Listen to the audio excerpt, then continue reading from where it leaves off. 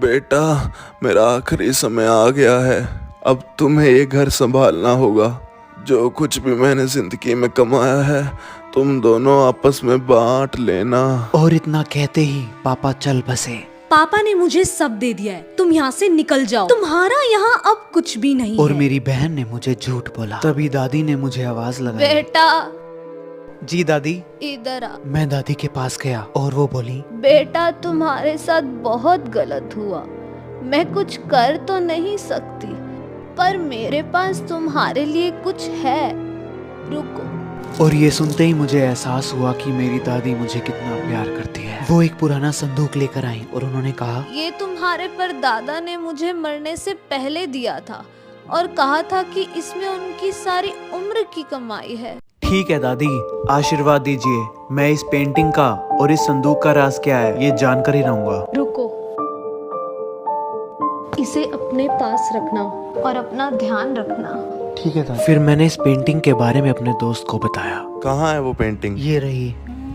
इसका क्या मतलब? इसमें एक ऊंट है और ये देख ये राजस्थानी लोग और यहाँ BSF लिखा हुआ है। ये पेंटिंग राजस्थान में किसी जगह का सुराग थी और फिर मुझे समझ आ गया था ये जगह कौन सी है। भाई मुझे भी समझाना, क्या है इस पेंटिंग का राज?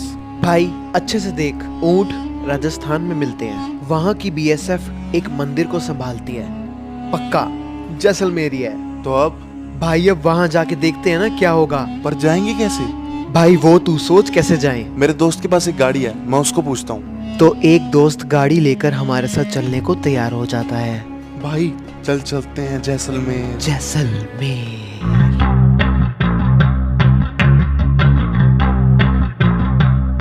हाँ भाई चले। तू पीछे बैठ, गाड़ी मैं चलाऊंगा।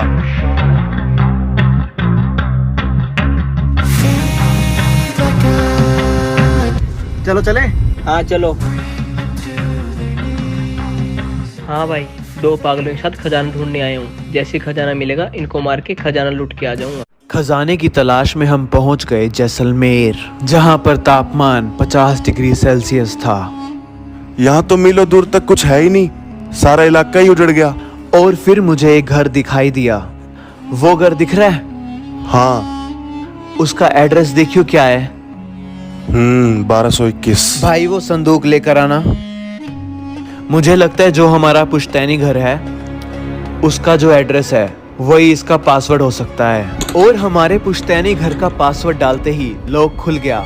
हम दोनों के चेहरे पे मुस्कान आ गई। संदूक खोला तो उसके अंदर एक कागज और एक और बॉक्स था। सबको जानने की इच्छा थी उस कागज में क्या लिखा था। हमने वो कागज निकाला और उस पर लिखा था, सोने से बना है घर, घर में बने हैं घर, गलियां घूमते रह जाओगे, मंदिर पहुंचोगे कब। इस पहेली का खजाने से कोई मतलब बन रहा था। सूरज की रोशनी से एक मंदिर जो सोने की तरह चमकता है। इसका मतलब ये हो सकता है कि खजाना मंदिर में है। हम चल पड़े मंदिर की खोज में, लेकिन वहाँ सबसे पूछा तो कुछ हमें मिला नहीं। और फिर हमने वापस घर जाने का फैसला किया। हम सब निराश हो गए। इतनी दूर आने के बावजूद हमें कुछ नहीं मिला। लेकिन जब मैंने पेंटिंग में ध्यान से देखा तो वहाँ भगत सिंह लिखा था और भगत सिंह की तस्वीर मैंने मंदिर के बाहर भी देखी थी।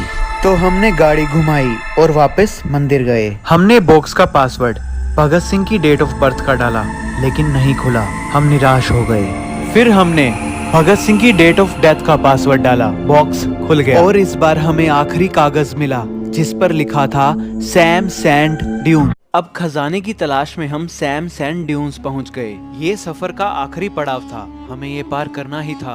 और आखिरकार हमें जमीन पे वो निशान मिल गया जिसके नीचे खजाना था। अब जाकर हमारे अंदर जान आ गई थी। मेरा दोस्त अगस्त्या बाथरूम के लिए चला गया और हम दोनों ने अपने हाथों से ही खोदना शुरू कर दिया। फिर हमें खजाने के होने का एहसास हुआ और हमने उसको खोद कर बाहर निकाल ही लिया और इसे गाड़ी में रखने का फैसला किया। लेकिन एक दोस्त दगाबाज निकला। उसने मुझ पर पीछे से वार किया और उसी समय अगस्त्या आया और उसने मनीष को पकड़ लिया। मनीष ने इस हरकत के लिए अगस्त्या से माफी मांगी और मेरे होश में आने के बाद हम दोनों ने उसको माफ कर दिया। और फिर हम तीनों ने वो खजाने का संदूक खोला और उसमें से निकलता है एक और बॉक्स जिस पर लिखा होता है YouTube।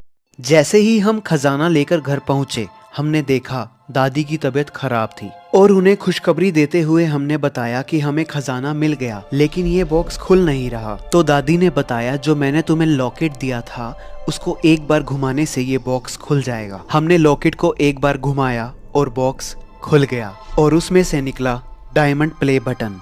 ये देखकर हम तीनों खुश हो गए। उस जादुई लॉकेट की ये शक्ति देखकर मुझे और लालच आ गया। मैंने सोचा क्यों ना इसे एक से ज्यादा बार घुमाया जाए। जैसे ही मैंने उसे एक से ज्यादा बार घुमाया कुछ भयानक घटनाएं होने लगी। दादी का शरीर अकड़ गया, उनमें कोई आत्मा का वास आ गया था। आत्मा ने पूरा उन पर काबू कर लिया और वो वहां से गायब हो गई। तो दोस्तों क्या है इस लॉकेट का राज, ये जानने के लिए हमारी अगली शॉर्ट सीरीज ब्लैक विच रिटर्न्स का इंतजार करें। तब तक चैनल को सब्सक्राइब करें और बेल आइकन को दबाएं क्योंकि सीरीज कभी भी आ सकती है।